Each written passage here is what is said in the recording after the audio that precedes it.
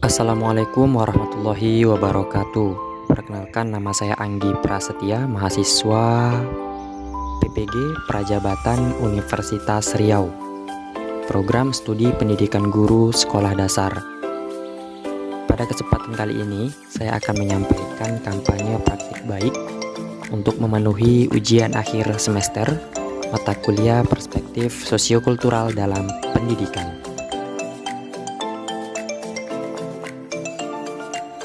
Pada praktik pengalaman atau PPL 1 yang dilaksanakan di Sekolah Dasar Negeri 117 Kota Pekanbaru, saya berkesempatan menerapkan scaffolding pada Zone of Proximal Development pada pembelajaran pendidikan Pancasila.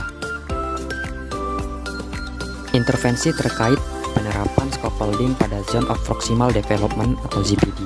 Scaffolding itu sendiri merupakan suatu teknik pemberian bantuan kepada peserta didik pada tahap awal pembelajaran, yang kemudian perlahan-lahan mengurangi bantuan hingga mampu memunculkan kemandirian dalam proses pembelajaran itu sendiri. Nah, scaffolding itu sendiri berarti merupakan teknik mengajar dengan menyesuaikan tingkat dukungan guru agar sesuai dengan potensi kognitif peserta didik. Peserta didik yang mengalami kesulitan dalam menguasai materi akan mendapatkan bimbingan belajar yang lebih.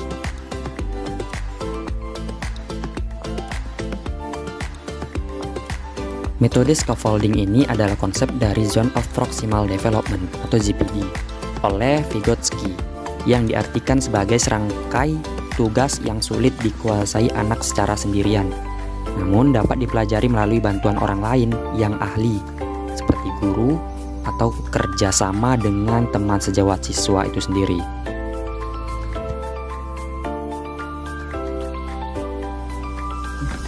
Scaffolding ini diberikan saat peserta didik melakukan diskusi, menyelesaikan LKPD. Guru berkeliling menghampiri peserta didik untuk memberikan bimbingan dan memastikan setiap anggota kelompok saling membantu dalam menyelesaikan tugas. Kemudian, penerapan scaffolding. Penerapan scaffolding dilaksanakan di kelas 4 Sekolah Dasar Negeri 117 Kota Pekanbaru pada mata pelajaran pendidikan Pancasila, materi pola hidup gotong royong, dengan model pembelajaran problem based learning.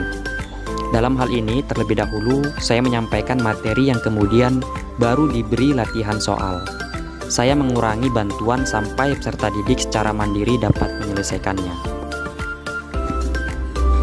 Aktivitas dalam pemberian scaffolding yang saya lakukan adalah: pertama, saya menyampaikan materi tentang lama suatu kegiatan beserta latihan soal. Kedua, saya melakukan pengelompokan sesuai dengan tingkat kemampuan peserta didik. Ketiga, saya memberikan tugas sesuai dengan taraf kemampuan belajar peserta didik. Kemudian, saya akan membimbing aktivitas belajar peserta didik dengan metode scaffolding. Peserta didik yang belum mencapai zone of proximal development-nya akan mendapatkan bimbingan lebih dari guru maupun teman sejawatnya. Terakhir, saya melakukan evaluasi bersama peserta didik terhadap pembelajaran yang telah dilakukan.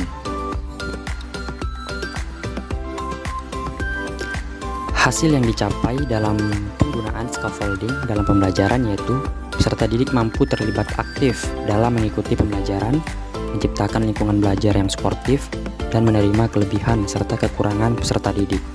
Peserta didik mengalami kemajuan dalam menyelesaikan soal evaluasi sesuai dengan kemampuan yang dimiliki, dan peserta didik berani dalam menyampaikan hasil diskusi sehingga pembelajaran menjadi berpusat pada peserta didik.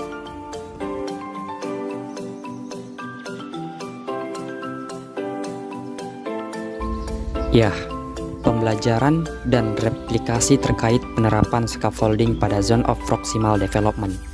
Scaffolding ini dapat mengurangi kesulitan peserta didik dalam memahami pembelajaran, khususnya pada pelajaran pendidikan Pancasila. Melalui penerapan scaffolding, peserta didik dapat mengembangkan kemampuannya hingga tujuan pembelajaran dapat tercapai. Demikian penerapan scaffolding yang telah saya terapkan. Semoga melalui pendekatan scaffolding dalam pembelajaran dapat membantu para guru dalam mencapai tujuan pembelajaran sesuai dengan kebutuhan peserta didik. Terima kasih. Wassalamualaikum warahmatullahi wabarakatuh.